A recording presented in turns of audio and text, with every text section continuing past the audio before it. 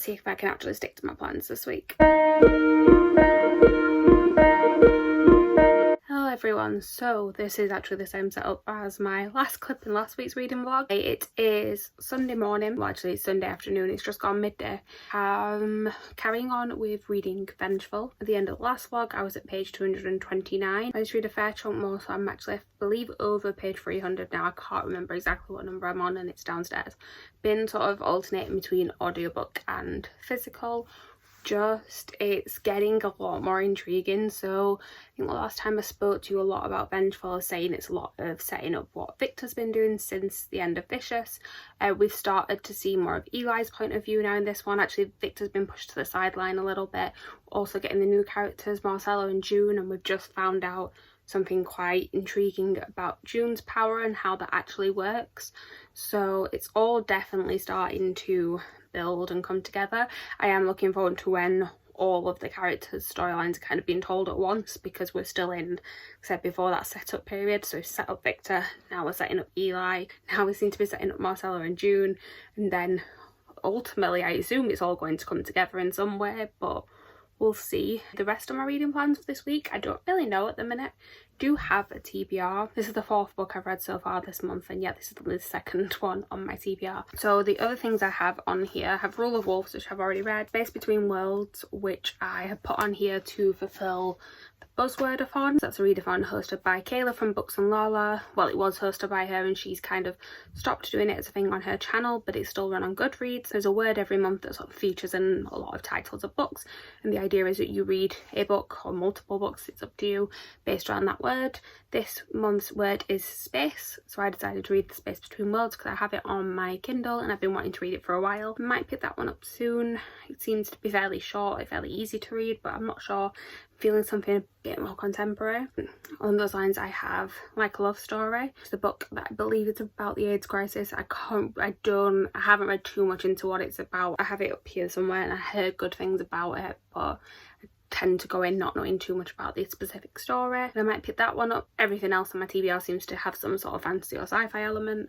Speaking of, I have Lost in the Neverwoods, which is Aidan Thomas, the writer of Cemetery Boys' second book, and it's Peter Pan retelling. I have heard mixed reviews about that, so I was really excited to pick it up. I don't know if we'll see. And then I need to reread Strange the Dreamer. They are carrying on from the Dose Avalon. They're doing a Strange the Dreamer and Music of Nightmares read from. Maddie from Book Browsing Blog is hosting that, and it's also a buddy read as part of her Patreon group.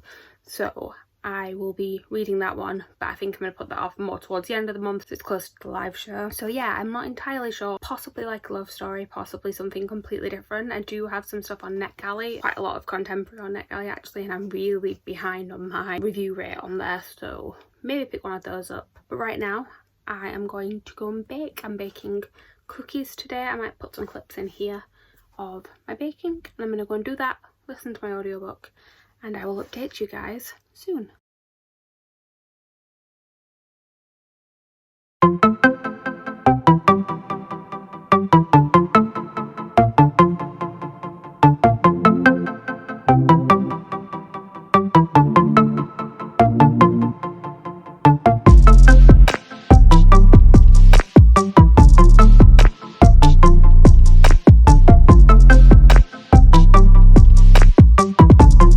It is now Sunday evening. I will have added some clips just before this of how I spent most of my day making, oh god, the most amazing cookies. They are Biscoff filled NYC style cookies, you know, like the big, like chunky, like almost cake style cookies. They are the nicest things ever. I'm going to make a lot more of them in the future. I'll link the recipe down below actually if anyone wants to give it a go.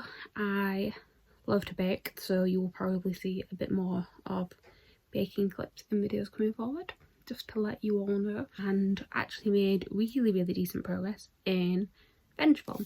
So I think the last time I spoke to you, I said last night I got up to page like 230 almost. I mean, I'm now up to page 494. This book is, with the short story at the end, it's 575 pages. So like 80 pages left of this to read tonight, which I'm definitely thinking is doable. 5 to 10. I can't still be mega late because I've got work in the morning, but 80 pages is doable in like an hour and a half. So should hopefully finish this before I go to sleep tonight. I'm really starting to enjoy it. I don't think I enjoy it quite as much as Vicious, but I don't know if that is partly because I've just reread Vicious and it was a reread and it did improve on the reread as well. So I don't know if it's just because I'm more sort of connected to that story because I've read it before, because Vicious was a 4-star the first time I read it and now it's 5. This is feeling somewhere between a 4 and a 5 at the minute. Obviously I don't know how it all ties up, but it's feeling somewhere between that. So I don't know if it's a case of it'll be a 4 for now, but then if I reread it, it'd be the same.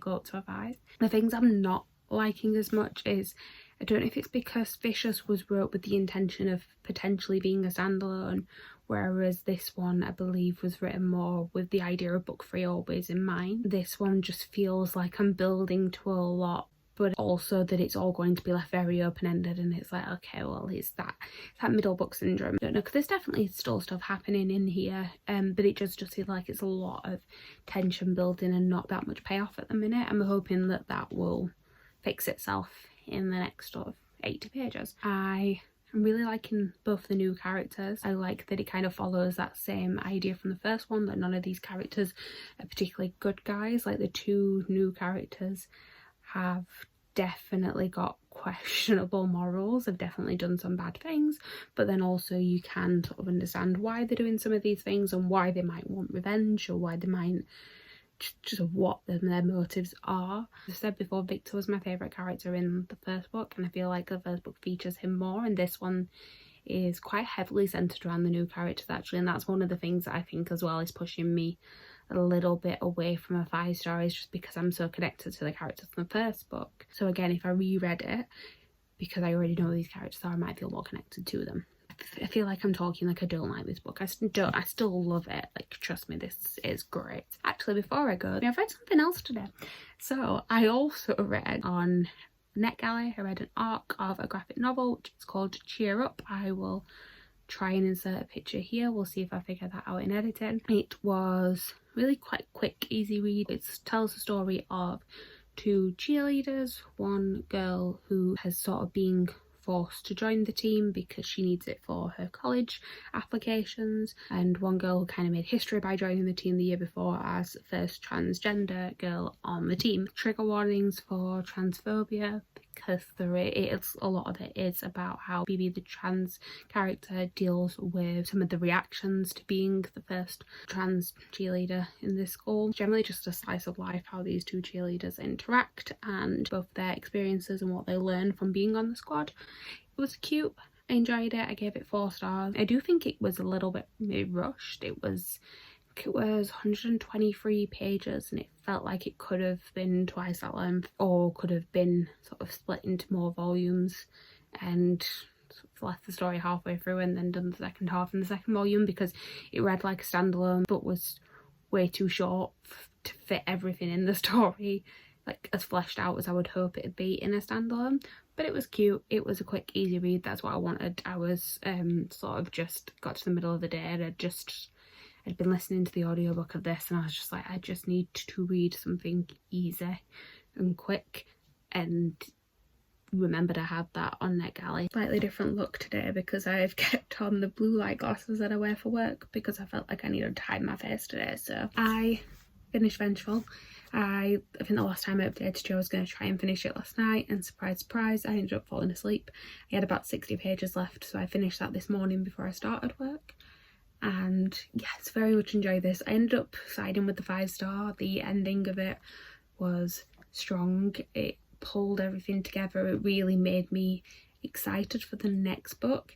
Again, it kind of ended in a way where it was like technically could end there, but also I do know there is a third, and I'm very happy that there is a third one because yes, I just want more from these characters. There's not much more to say that I haven't been saying throughout this. I really love the new characters in it. I've actually just read the short story that's in the back following Agent Rios. She was actually a character that was really interesting throughout, so was happy to get that bit of backstory that clarified a few things for me. I love Wells writing. I don't think I'm ever going to not enjoy a book of hers. I think the lowest I've ever rated a book of hers is 4 stars. That's including both of these now, the entirety of the Dark Shade of Magic series, all of the Cassidy Blake books, that's all 3 of those. I've read This Savage Song, I haven't read Our Dark Duet yet, and I haven't read the archived series yet. Oh, and also, I'm forgetting my favourite, and Addie LaRue, which is literally one of my favourite books I've ever read. I don't think I've ever rated anything lower than 4 stars. I don't think I ever will. There's something about her writing that just clicks for me. I also have some book mail that I got today. I didn't open it on camera. I need to get better at doing that. But, behold, Saga volumes 1 to 4. So I already own Saga volume 1. My copy is somewhere over there. Basically, I was looking for further volumes and I went on eBay and someone was selling the first 4 for basically the cost it would have been for me to buy like one and a half of the other ones I needed. Obviously I know there's up to volume 9 at the minute, so I know I've still got a few left to go, but it was nice to just have like a little bit of a chunk to read. I've read volume 2 because I got this one from the library last month, and yeah, basically I read volume 1 a couple of years ago, reread this book a couple of them because I wanted something quick and it fit a couple of the prompts, and then I really loved that and was like, how do I start reading these without it costing me a fortune? And so I got this one from the library, but then I really wanted to have a physical copy because I'm a book collector as well as a book reader. Now I have 3 and 4 to read. I'll definitely look at getting 5, 6, 7, 8 and 9, but they are all available through the library, so I can read them on there first. I have heard that the end of book 9 is not a great place to leave it and they're on hiatus, so I am trying to pace myself because I don't want to have to wait ages for a new one, but at the same time I am slightly planning to read both of these tonight, maybe. I'm just thinking because I'm not in the mood to pick up a new book straight away, but I don't really, when it's a graphic novel, I don't necessarily count it as a new book. It's an hour or 2 out of my life. It's not sitting down and dedicating a couple of days to something. I have tried to film this clip 4 times now, so we're just going to power through and hope it works. I've just been in the shower, hence the wet hair. Before I went in the shower, I read Saga volume 3. Saga, for anyone that doesn't know, kind of like a Romeo and Juliet story about 2 characters who are from different species on different planets, and they're in sort of like a planetary war. They get married, have a kid, and then end up on the run from various different people who are trying to track them down because they don't believe that they should ever have been together.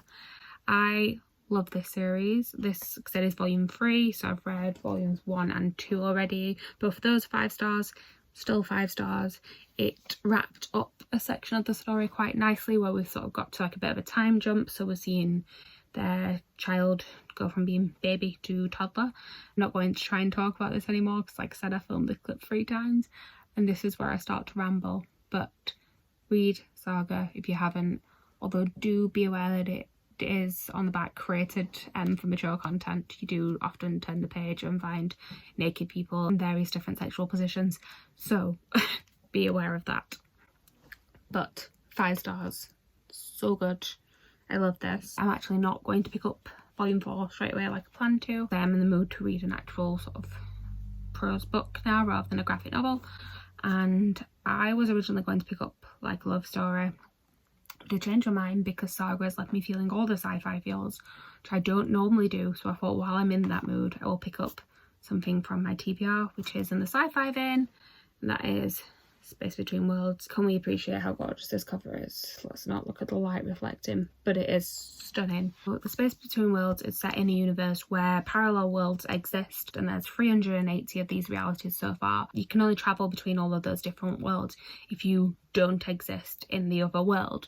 So essentially if you've died in the other world, and for some reason Kara, our main character, is dead in all but 8 of the realities. I don't really know anything else about it. I just think that premise sounds so good, so I'm very intrigued to read it. And like I said, the cover is beautiful, so that's drawn me in as well. Had it on my radar for a while and just keep, like I said, not generally a sci-fi reader, so I had to be in the mood to read it.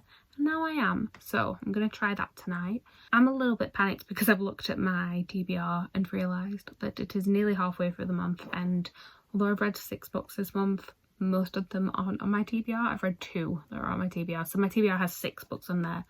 I've read 3 graphic novels that weren't on there at all, 2 books that were on there, so Rule of Wolves and Vengeful, and then Vicious was kind of on there but not officially because I thought I might need to reread it for Vengeful, which I did. It's fine. I mean, 4 books to read in what, 18 days?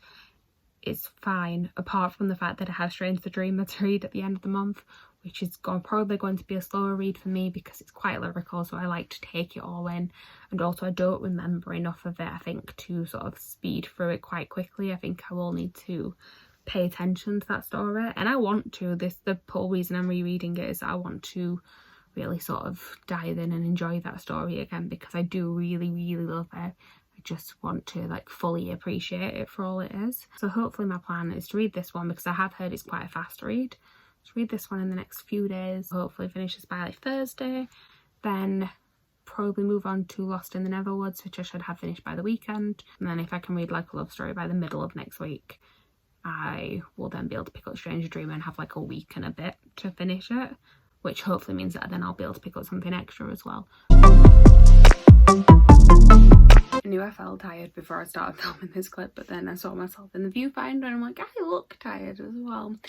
Really quick update. I am still reading Space Between Worlds. I have not read very much of it so far today. I've been at work, but I managed to read, I think I'm at chapter 3 now, and there's already been a twist, which is great, because I read a chapter last night and was like, okay, it's not grabbed me straight away, and then I got halfway through chapter 2 and I'm like, oh, okay, this is different than I expected. I won't give it away, but yeah, there's a sort of, I'm glad that it's not in the synopsis, because it's definitely piqued my interest a lot quicker than I expected it to. I am also, so I'm on sprints at the minute, and it's weird because I'm kind of using the sprints to read, and then while they're doing a little chatty bit in between, I am making these. So these are prompt cards for an upcoming TBR game. These are all going to be part of a fun, exciting TBR game that I'm still kind of finalising, but I'm excited about. I wanted to have some fun, so look forward to that coming up in the future.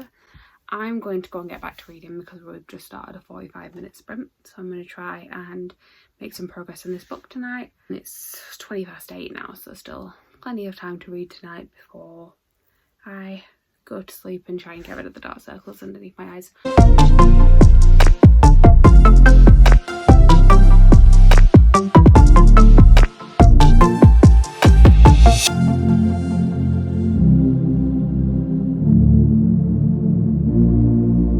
So, it is Wednesday. I'm on a little bit of a break at the minute, so I thought I'd just catch you up. I'm still reading Space Between Worlds. Really did not read much at all last night, which seems to be the running theme. Like this Tuesday, Wednesday is always my worst reading day. Power through in the weekend, and then on Monday I kind of continue that through a little bit. So then Tuesday, Wednesday I'm just like slump. It's fine. I'm actually on page 54 now, so I mean, there's only 324 pages, so it's not massively long. If I can get a decent chunk of it read tonight, I should hopefully be able to get it finished by Friday, and then read something else at the weekend. Still sort of doing 2 books a week with possibly a graphic novel in the middle of it. But yeah, I don't know if I'm enjoying it. There's something I'm not connecting with. Like I said, there was a twist last night, which I liked, but then there's just something about the overall writing style that I just can't quite grasp at the minute. I can't tell you why I'm not really enjoying it. I'm just not loving it at the minute. I'm going to persevere though, because like I said, it could just be me feeling a little bit slumpy. If I don't tend to DNF books, so I'd say if it's not grabbing me in another 50 pages, I might DNF it, but I won't. So especially with it only being 324, I'm like, well, if I get to page 100, I might as well read another 200. Yeah, that's just me. I just got a parcel delivered through my door, and usually if I have a parcel and I'm saying BookTube made me do it, it's a load of books. Not today. What I have today instead is 2 giant bags of sweets. These are all pick and mix. Like, seriously, these are bigger than my head. But BookTube made me do it. The amount of people on live streams and then on Discord chats as well who were talking about these sweets. I ordered them the other week. I decided I needed more because they had an offer on. That's my reading fuel for the next few weeks. I am back with another super quick unboxing. So it is now Friday morning and this just arrived in the post. So what I have here is an order from Grace and Honey, which for anyone who doesn't know is the bookish candle company run by Becca from Becca and the Books. And I ordered, the first time I've ordered from here, so I'm very excited. I ordered Wild and Improbable, which smells of lemon, jasmine, mimosa and sandalwood. I love sandalwood, so I'm very excited about this one. It smells so nice. It's like refreshing but also woody at the same time. I love it. And then a little bit different, a little bit heavier in the scent, is a room spray, Make Me Your Villain, which has got a liquid gold scent, which I believe is oud wood. And yes, this reminds me of, I used to work opposite a fragrance counter and this reminds me of one of the fragrances from there and it was my favourite, so I'm very excited about that. And this one was inspired by Strange the Dreamer, this one was inspired by the Grishaverse and the Darkling in particular. Very happy about both of these. I will be buying more in the future. I will blend this one when I do my reread of Strange the Dreamer later in the month. I have not been the best at updating this vlog this week. I said that last week, but apparently my day-to-day life isn't really that interesting. In case you didn't know, things are happening in the world, which means that we can't really do that much. And yeah, that means I don't really want to pick up the camera and update you and just be like, I've sat in my house again. But that is pretty much all I've done. The thing is, I haven't really been reading very much this week. Most of the beginning of the week I was only reading about 20 pages per day, which again, not great to update for a reading vlog. I did manage to read a fair amount last night, so I say a fair amount, it was like 50 pages, but that's twice as much as what I've done every other day. And I managed to get to page 122 of this book. I'm liking it, I'm not loving it. I don't know why, I think the story's interesting, but I just find that I don't really connect very much with any of the characters, so it's hard to kind of be invested in the story when the characters are just a little bit meh for me at the minute.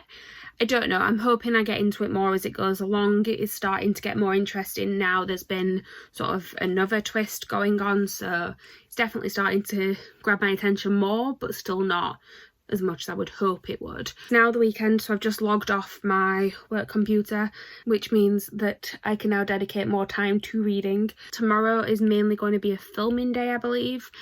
And then Sunday, I am actually going to a bookstore for the first time since January, which, yes, I've been really strict on not leaving the house as much as possible during sort of the lockdowns and things.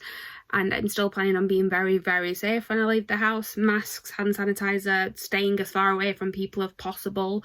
But I am going to a bookstore. For my own mental health, I need to be in a bookstore right now. So yes, I'm going to go and treat myself. I will film as much as I can of me going there, because who doesn't love to see the inside of a bookstore?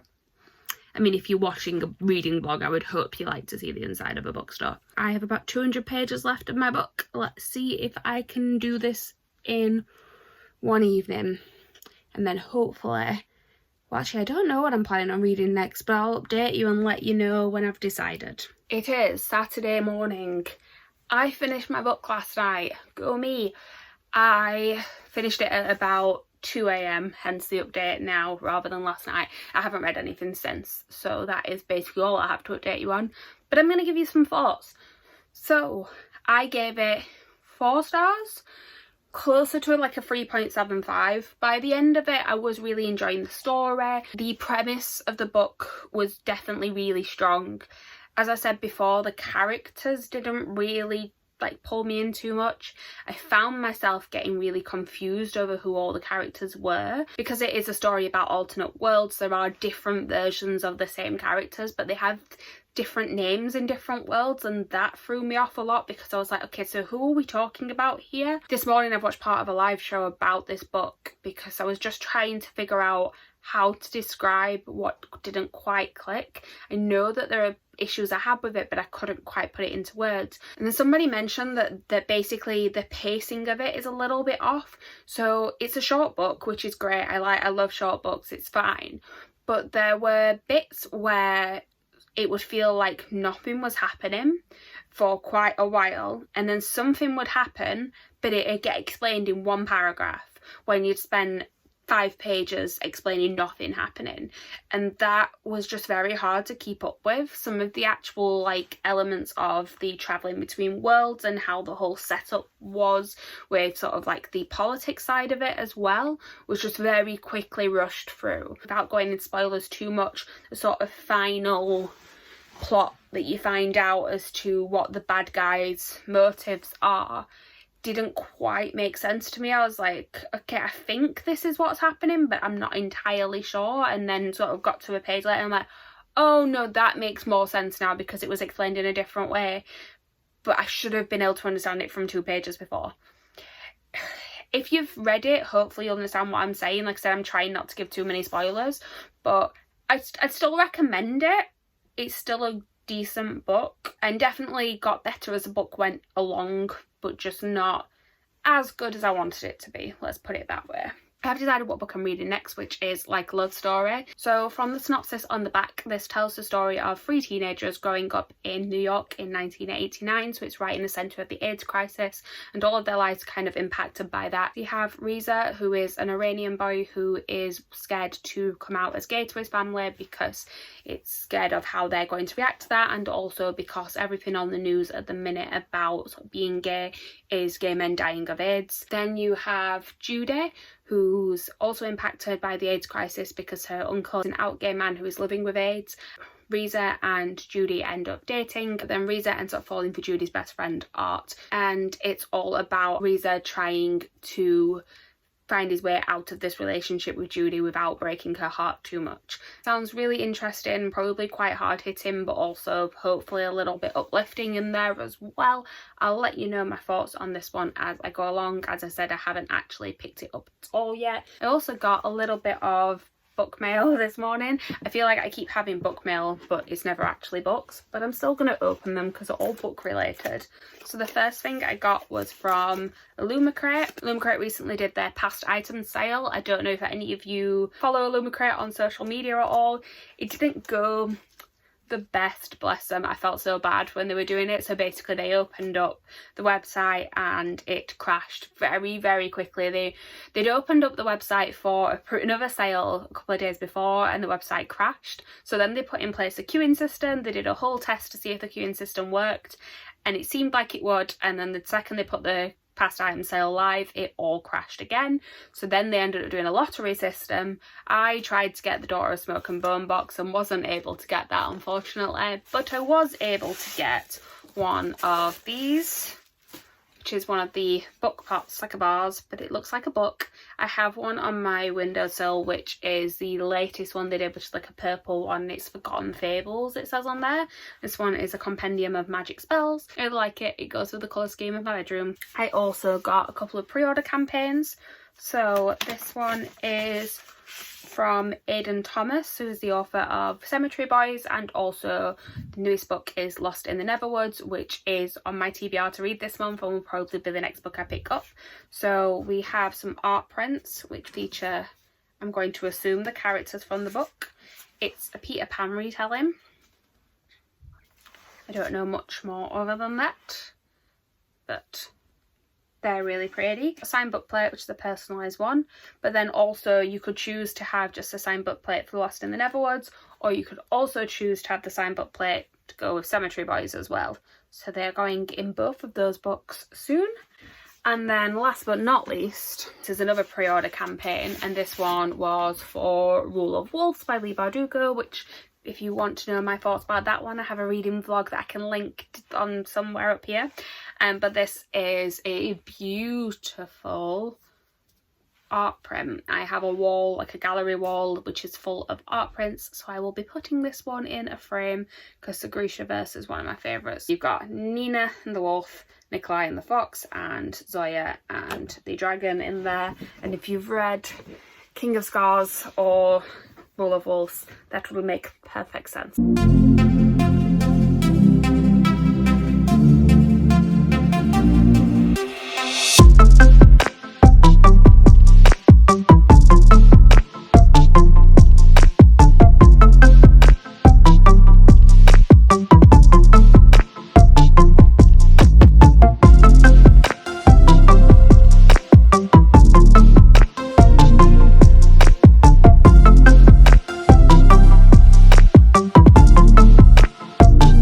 So it is Sunday. I don't really have anything to update you on reading wise. I did start Like a Love Story last night, but only ended up reading 2 chapters, about 24 pages I think I am into it.